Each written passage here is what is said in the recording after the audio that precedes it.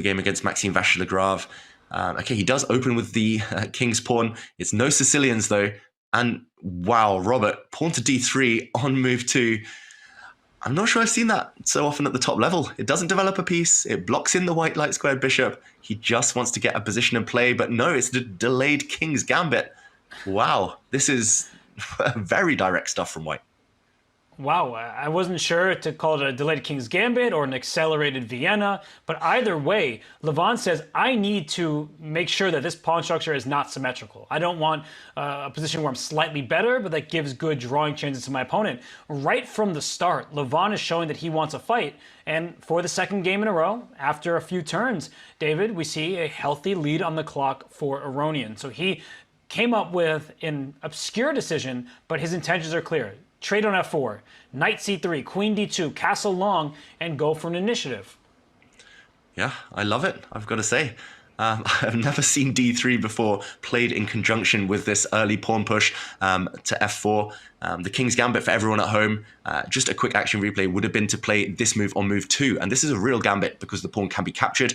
And often white does install a nice big pawn center. It's not the most sound of openings, doesn't have the best reputation on top level, but to play it in the way Levon has done is both less risky, because now the f-pawn is defended, as you mentioned there, Robert, but it's also taking the opponent out of their territory, out of their opening book. And Firouzja playing a very passive move, pawn to d6, after a bit of a think there. So Levon's 1 minute up on the clock. He's got a nice attacking position here, whether he can castle queenside, as you pointed out, or whether he simply goes kingside now.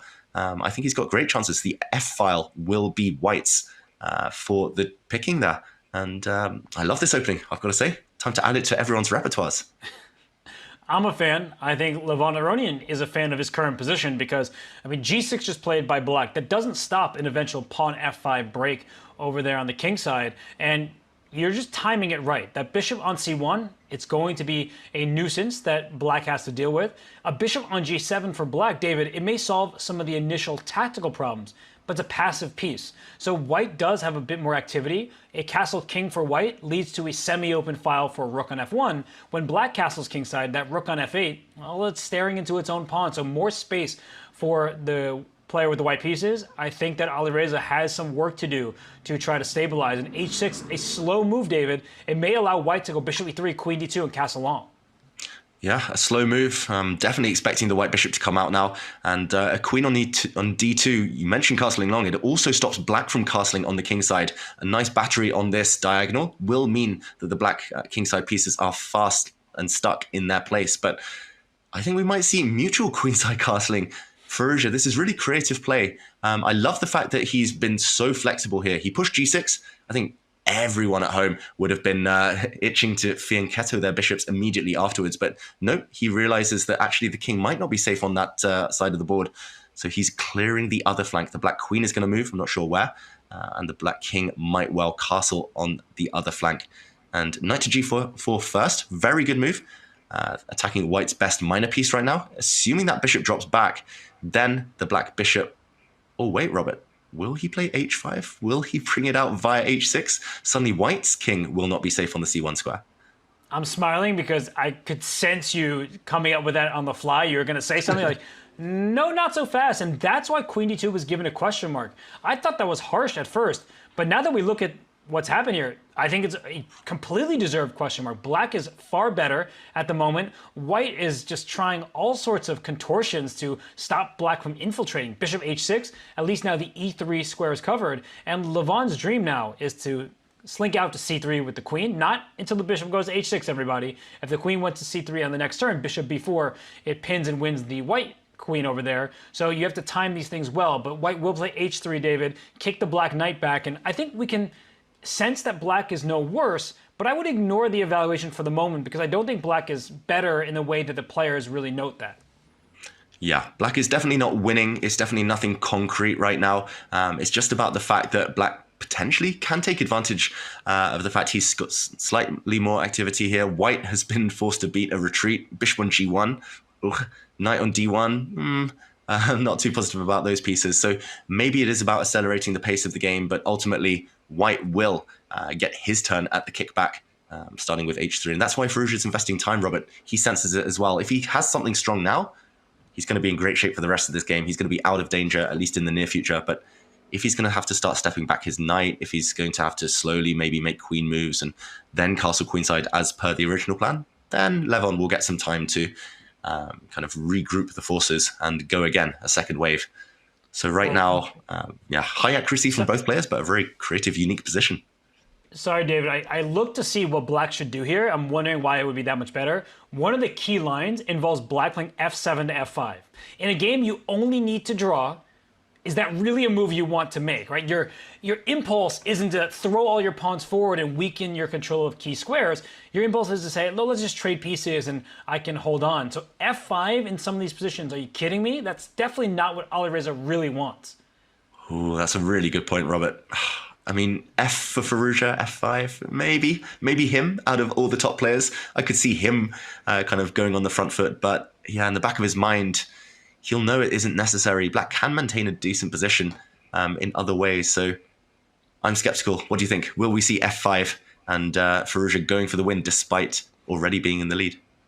I don't think so. It looks way too risky to give control of the g5 square to make your e5 pawn feel more vulnerable. And I just had to look what the engine suggests as the optimal play, because sometimes we just rely on the evaluation bar. I'm talking about myself, even as a commentator. I'm like, oh, black is better. And I can see why, but I don't see the how. And so what to do here? F5 either before or after bishop h6, it feels like you're playing a little bit too riskily when a half point secures you the match. And if not for f5, well then white will play h3, kick that knight out of there, and get great control of some key dark squares, g5, some pressure on the e5 pawn. So knight d4 played, it was a good looking move, I have to say, but white will start that process, David, kick the knight out from g4. Yeah, the blue arrow appears. He has to kick the knight out here and now before it's too late, before black starts swarming all over white's forces. And okay, black playing with tempo right now. He's going very active. The white queen didn't have too many squares. She was hit, and she steps forward to c3. She had to defend her c2 pawn. Don't want to get too tangled up there. And okay, trades are going to free up white's position. I've got to say, not only, Robert, did Firouzja maybe not take the most active path with f5, but he's also burned a lot of time on the clock, and already he's the one forced to be accurate with a check. Yes, he's stopping the white king from castling, but this feels weird suddenly. It's a really awkward position for both sides.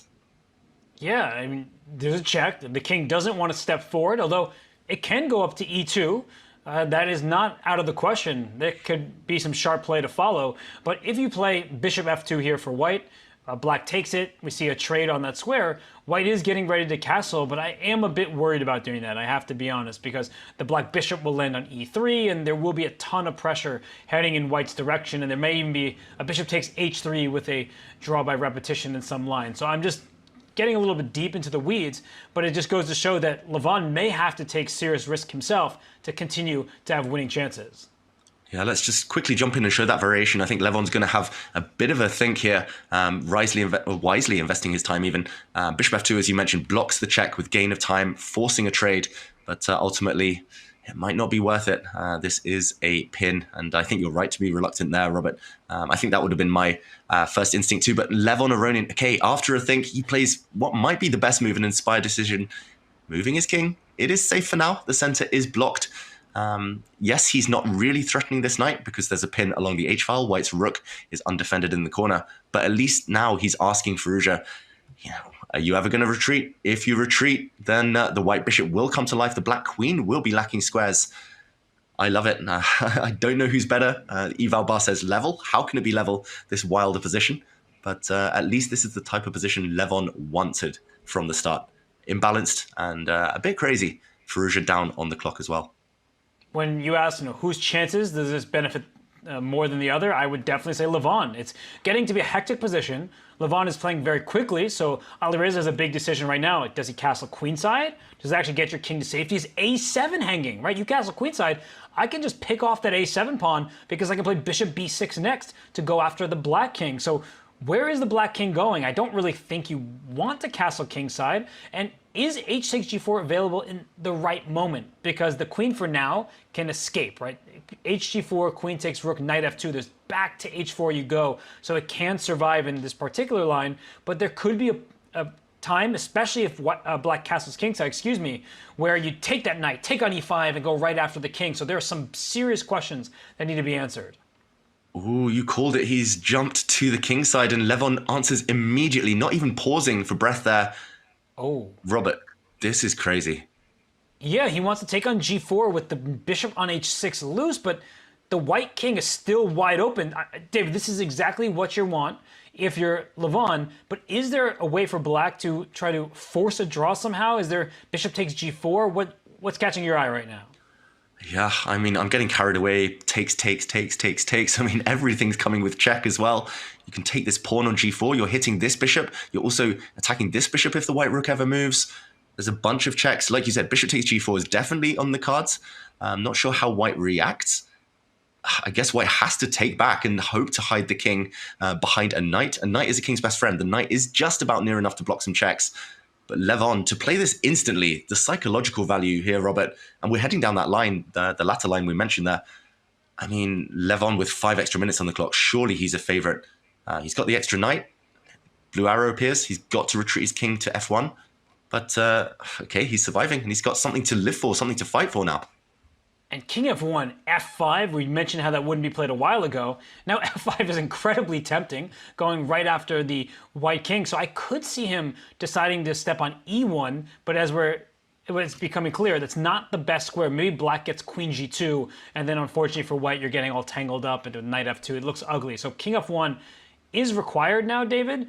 I think Levon doing the right thing by spending time, because otherwise he may just blunder at this moment. But king f1 is necessary, but how do you follow it up after f5?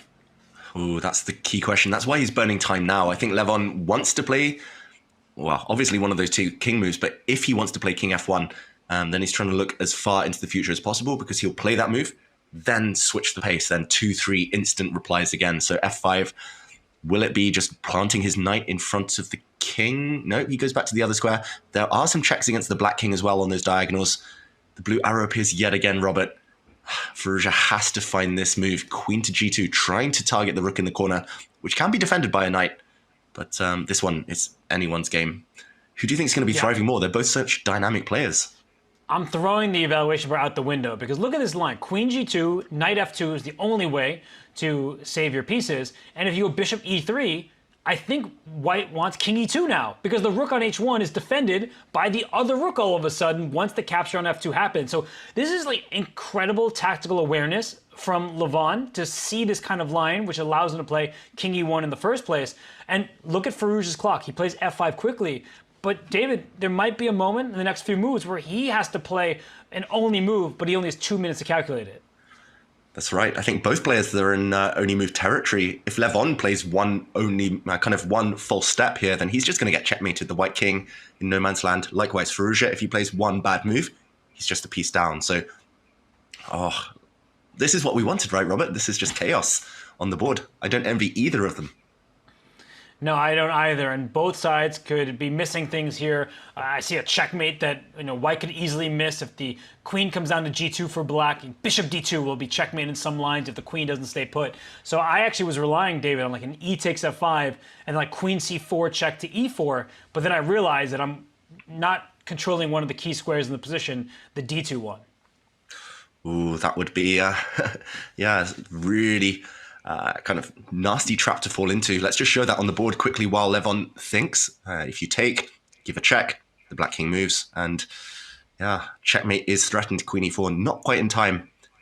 Now, no escape, as you mentioned there, Robert. I don't even know where to start calculating, to be honest. If this were a classical game, I would want to invest 30 minutes just trying to figure the way out of the weeds. I would want to play knight to f2, but such an awkward square. He gives a check instead. And this is what I was actually missing. I thought here, king h2, I thought e takes f5. That's what I was relying on in my head.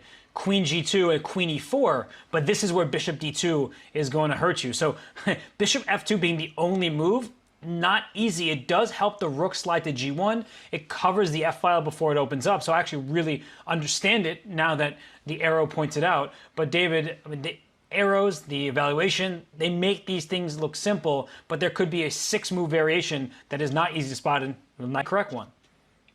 That's right. And we've seen the accuracies in Firouzja's games in the past. It's never the highest because this is the type of position he gets on a regular basis. It's just pure chaos.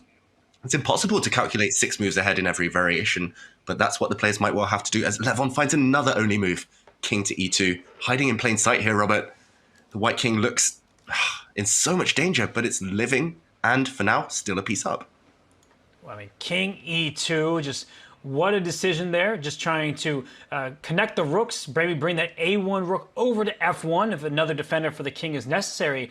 And it's getting closer and closer to mating net situations, but for now, that white king, it can escape. So if black state plays f4, I was actually expecting that. King d2. I didn't even see the blue arrow yet, but king d2, king c3. You run for the hills, and I do think that you get away here if you're Levon Aronian. So he picked up the gauntlet. He's the one who decided to play an aggressive game from the start. And David, king d2 now, will he find that move? I think Levon, of course, has it within himself to find it, but it's not that simple to walk into certain checks. Yeah, that is difficult to say the least. I think difficult's an understatement here, Robert. Maybe he'll find it by process of elimination. He doesn't have that many other tempting moves. The white rook in the corner, it's pretty much trapped. The white knight is pinned. The white bishop's stuck. So it's either a queen move or a king move, pretty much. I don't think the white rook on a1 can really do anything too productive either. So it's just the fact that that king's done so much work, so much exercise already this game, Robert. It's moved forward to e2 a couple of times. It's moved back to e1. I mean, king d2. If he plays it, he deserves a star. He deserves an exclamation mark or two for that one. And I think Firouzja, that will be a nasty shock for him, but no guarantees. I'm not sure. The longer it goes, I think the more likely he's to find it, but no, it's d4 instead. He doesn't find the best move, and suddenly Firouzja's winning. Wow, he wants to escape to d3 with his king. Okay, look at that move. That's saying the only move that will give Firouzja the winning advantage is rook to d8. He starts the f3 check. The king, it goes up to d3, which maybe was the wrong decision, but that was the plan. But David, I mean, rook d8, pawn d5, doesn't this game kind of continue from here where I don't see an immediate checkmate against that white king, even though it's out in the open? Yeah, I don't see it either. Firouzja sees a checkmate. He wanted to land the queen on d2. That would have caught the white king, but the white king continues to run. And okay, you need to bring more forces in. Ammunition is the key word here. The rook sliding across to c6, maybe b6 to cut the king's escape. Robert, this is genius from Firouzja with only 40 seconds on the clock. Such an amazing find by him, because if d5, then comes queen d2 check, rook b6 to follow, and this is what happens when you have clumsy pieces. The knight on f2, the bishop on g1, the rook on h1, they are not helping in the defense of the white king. So I don't even see how you saw it. Maybe knight d3, but that still looks shaky after rook c6. Ooh, knight d3, yeah, rook c6. That would be a nasty pin. I'm not even sure. I want to jump the knight forward there. It looks like checkmate in all these variations. Levon, maybe it was just that one move. Instead of running with the king immediately, where the black queen could suddenly step back, he could have had a similar position with a pawn back in d3 and extra full tempo with which to defend. But I think I would play that move, Robert. I think you might have to jump the knight forward to try and act as a shield. But he's living a charmed life now. He's not even out that much material, and I've got to say, it looks like Firouzja, a look over on the camera there from him. He's looking confident. He's looking locked in, focused. He's looking like that bull right behind him in the frame there. He is ready to pounce. And for Levon, he shook his head. He knows that things are going wrong for him. He was the one who decided to be super active and fight from move 2, d3 there to play f4.